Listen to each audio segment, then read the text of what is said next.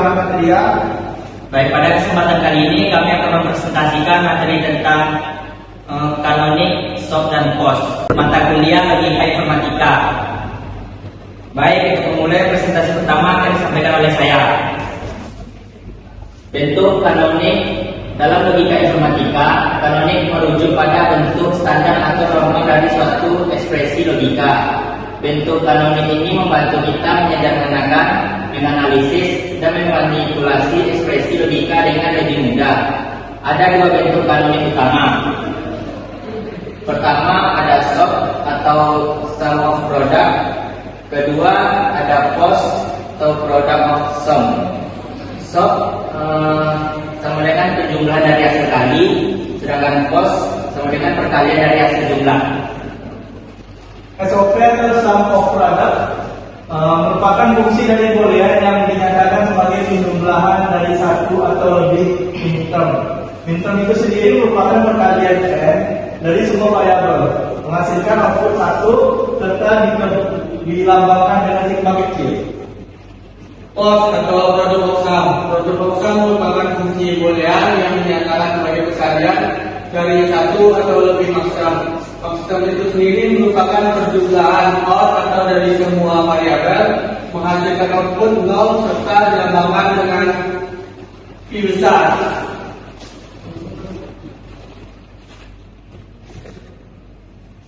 Contoh kanonik yang pertama f x y z sama dengan negasi x negasi y z ditambah x negasi y negasi z ditambah x y z. Istilah ini untuk SOP adalah minterm.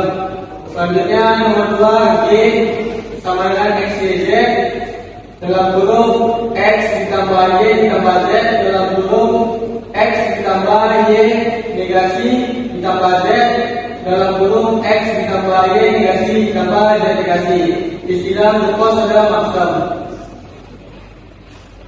Baik, setiap minterm dan maksum memiliki istilahnya masing-masing. Di sini kita memiliki dua variabel, yaitu variabel x dan y. X dan y untuk minterm, termnya x negasi dikali y negasi sama dengan n0. Kenapa di sini dapat x negasi dan y dikali negasi? Itu karena variabelnya x sama dengan 0 dan y sama dengan 0. Sedangkan maksum termnya x ditambah y sama dengan n0. Jadi apa perbedaannya? Di sini minterm sama dengan stop. Stop itu mendekati nilai 1. Jadi karena x nya 0, y nya 0, maka termnya x negasi dikali y negasi. Di bawahnya x sama dengan 0, y sama dengan 1, maka termnya x negasi dikali y.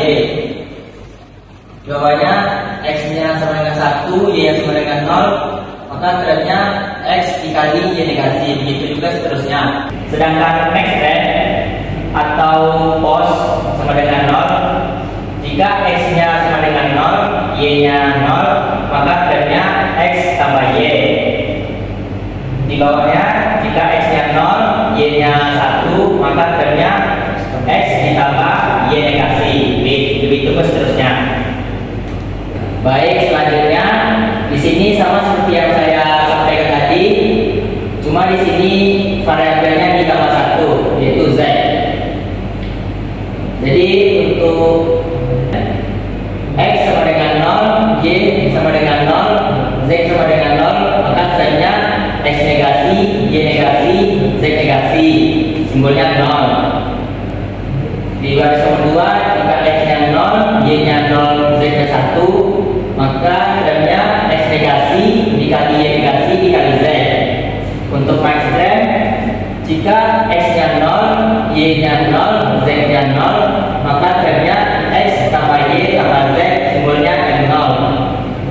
Baris kedua, jika x nya 0, y nya 0, z nya 1, maka termnya x ditambah y ditambah z negasi, simbolnya n1. Begitu mas seterusnya.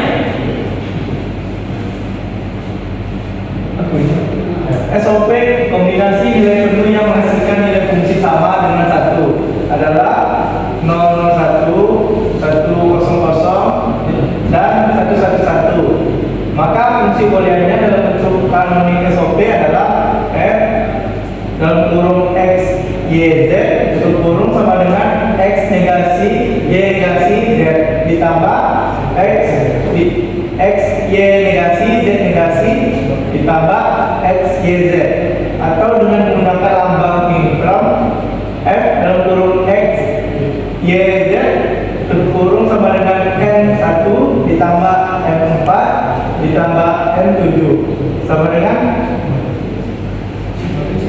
sama kecil dalam kurung 1, 4, 7 tutup kurung. Pos kombinasi nilai penuh yang menghasilkan nilai fungsi sama dengan 0 adalah 0, 0, 0, 0, 1, 0, 0, 1, 1, 101 dan 110. Maka fungsi booleannya dalam bentuk kanonik pos adalah f dalam kurung x, y, z tutup kurung sama dengan dalam kurung x tambah y tambah z tutup kurung dalam kurung x tambah y negasi ditambah z tutup kurung dalam kurung x tambah y negasi tambah z negasi tutup kurung dalam kurung x negasi tambah y tambah z negasi tutup kurung dalam kurung x negasi ditambah y negasi ditambah z tutup kurung atau dengan menggunakan lambang Maxterm f negatif dalam kurung x y z tutup kurung sama dengan n0 n2 n3 n5 n6 sama dengan pi besar dalam kurung 0 2 3 5 6 tutup kurung. Contoh studi kasus sistem seleksi administrasi karyawan. Sebuah perusahaan ingin membuat algoritma untuk meluluskan lamaran ke tahap wawancara secara otomatis berdasarkan 3 kriteria. Yang pertama X atau disebut juga pendidikan bernilai 1 jika lulusan S1, lalu 0 jika lulusan di bawah S1. Yang kedua Y atau pengalaman bernilai 1 jika memiliki pengalaman lebih daripada 1 tahun, atau bernilai 0 jika pengalaman di bawah 1 tahun atau tidak memiliki pengalaman sama sekali. Z atau sertifikasi bernilai 1 jika memiliki sertifikat dan bernilai 0 jika tidak memiliki sertifikat. Untuk contohnya di SOP kombinasi nilai penuh yang menghasilkan nilai fungsi sama dengan 1 dapat dilihat dari tabel berikut. Untuk yang lolos seleksi administrasi karyawan pada kolom nomor 4, nomor 3, nomor 5, nomor 6, serta nomor 7 adalah 011, 101, 110, dan 111. Maka fungsi booleannya dalam bentuk kanonik SOP adalah f dalam kurung x, y, z sama dengan negasi x, y, z ditambah x, y negasi z ditambah x, y, z negasi ditambah x, y, z, atau dengan menggunakan lambang minterm f sama dengan x, y, z minterm 3 ditambah minterm 5 ditambah minterm 6 ditambah minterm 7, atau dapat juga di dalam lambang sigma kecil 3, 5, 6, 7.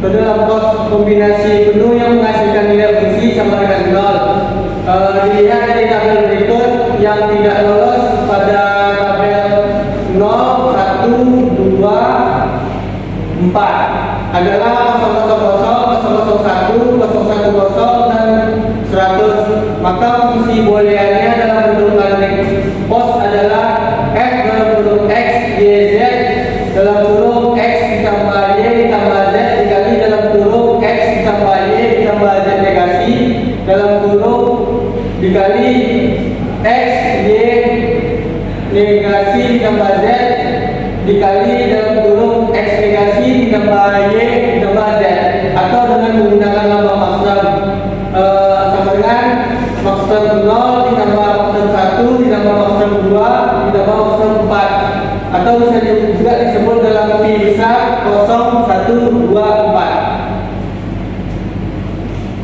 Kesimpulan, SOP menggunakan lambang N yang dikorkan cocok untuk menganalisis output bernilai Pos menggunakan the bound or yang diinginkan. Cocok untuk analisis output bernilai low atau nol.